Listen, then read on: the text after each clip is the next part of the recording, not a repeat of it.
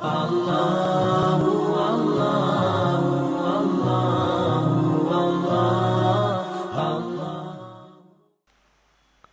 ingat mungkin saya pernah singgung yang lalu atau tidak, tapi teman-teman sekalian, saya yakin kita sangat berbahagia kalau kita sedang menunggu SMS atau WA dari orang yang kita cintai, orang yang kita hormati, atau seseorang yang sedang kita tawarkan sebuah produk, sebuah bisnis proyek, dan kita berharap sekali dia menjawabnya. Saya yakin mungkin kita penasaran, mau tidur kita lihat HP-nya, bangun tidur kita lihat HP-nya, selalu begitu. Dan kalau ada masuk namanya dia, kita sangat gembira. Apalagi kalau memang jawabannya iya terhadap apa yang sedang kita tawarkan misalnya. Baik menawarkan menikah, menawarkan proyek, menawarkan apalah, ya, nasihat. Semua itu mungkin akan membuat kita bahagia. Bagaimana teman-teman sekalian seseorang di antara kita tidak berpikir di dalam HP-nya sendiri ada berita dari Allah, ada program Al-Quran. Kenapa dia tidak bahagia, tidak gembira membukanya sebelum buka semua surat-surat yang datang dari manusia? Kenapa dia tidak bangga, tidak gembira begitu membukanya, langsung mendapatkan berita dari Sang Pencipta Allah, langsung diberikan pahala setiap hurufnya 10.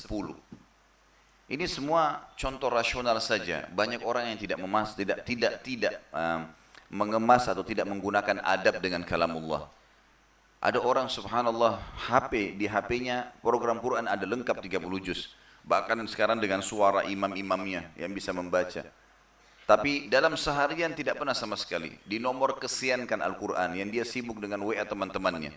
Mau tahu perkembangan temannya kemana makan siang hari ini, kumpul nanti malam di mana, pakai baju apa, nonton apa, segala macam.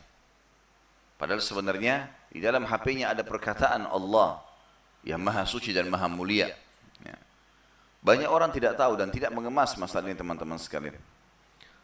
Contoh yang lain untuk lebih memahami, tadi itu sudah poin yang kita inginkan, tapi saya ingin datangkan contoh rasional yang lain. Kalau seandainya di masjid ini ada seseorang datang, kita kenal orang itu. Dia memiliki perusahaan yang terkenal, maju, berkembang, menguntungkan. Dia datang, dia bawa semua alat presentasinya, kemudian dipresentasikan kepada kita. Dan perusahaan ini jelas, produknya jelas, namanya jelas, alamatnya jelas, pemiliknya jelas.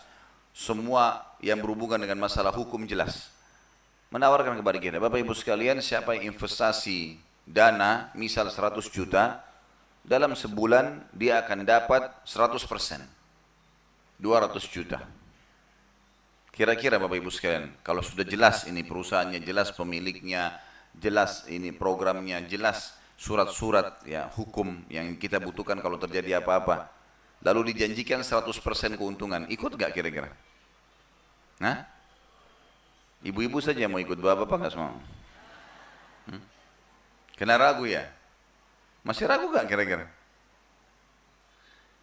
Tentu saja kalau saya akan ikut.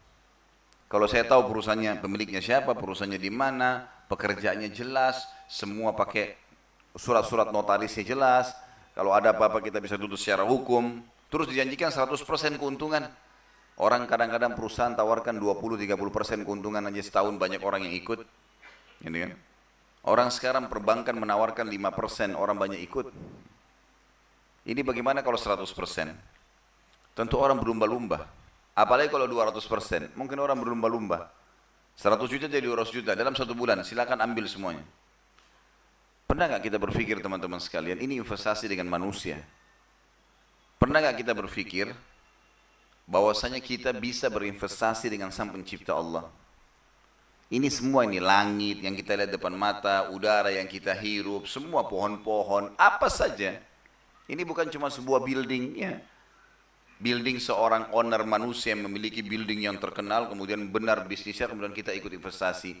Ini perusahaan, tanda kutip, lihat besarnya. Semua ini, semua tidak terkecuali, yang terjangkau, tidak terjangkau oleh mata kita, pemiliknya Allah. Jelas-jelas depan mata, kita bisa rasakan udaranya, kita bisa lihat tumbuh-tumbuhannya, kita bisa lihat hewan-hewannya. Kita sendiri pun diciptakan sama dia. Allah mengajak kita, siapa yang mau investasi? Ini saya ini yang menciptakan langit dan bumi, mengajak kalian investasi. Investasinya adalah berbagi di jalan Allah, kasih fakir miskin. Saya balas minimal 10 kali lipat, 1000%. Itu janji dari Allah. 1000%, 10 kali lipat minimal. Bahkan dalam hadis dikatakan bisa 700 kali lipat dan kelipatan-kelipatan yang banyak. Sampai Utsman bin Affan radhiyallahu anhu pernah mendatangkan sekian banyak unta untuk memenuhi kebutuhan muslimin pada saat orang Yahudi dan orang munafik menaikkan harga di pasar Madinah. Maka dia sengaja mengutus ke sana sekian ribu ekor unta, semuanya kebutuhan sehari-hari. Utsman bin Affan ingin menunjukkan sebuah poin kepada orang pada saat itu dan kepada kita sampai sekarang. Allah abadikan ceritanya, termasuk bisa sampai ke Bapak Ibu pada pagi ini. Maka pada saat kafilahnya datang mendekati pintu gerbang Madinah, orang-orang Yahudi dan orang munafik menahan. Setiap unta satu pegawai. Ribuan unta berarti ribuan pegawai juga, penuh dengan barang-barang kebutuhan sehari-hari. Maka semua pedagang Yahudi dan munafik ini menunggu di pintu gerbang. Lalu mereka mengatakan, siapa pemilik ini? Orang-orang yang pegawai ini memegang unta. Kalau kita sekarang supirnya mobilnya, mengatakan Utsman bin Affan. Mereka bilang, coba panggil, kami ingin negosiasi. Datanglah Utsman bin Affan. Lalu mereka bilang, Utsman, mau jual nggak? Utsman bilang, boleh. Berapa? Utsman bilang, penawaran kalian berapa? Ada satu orang di situ nyeletuk, dia bilang apa?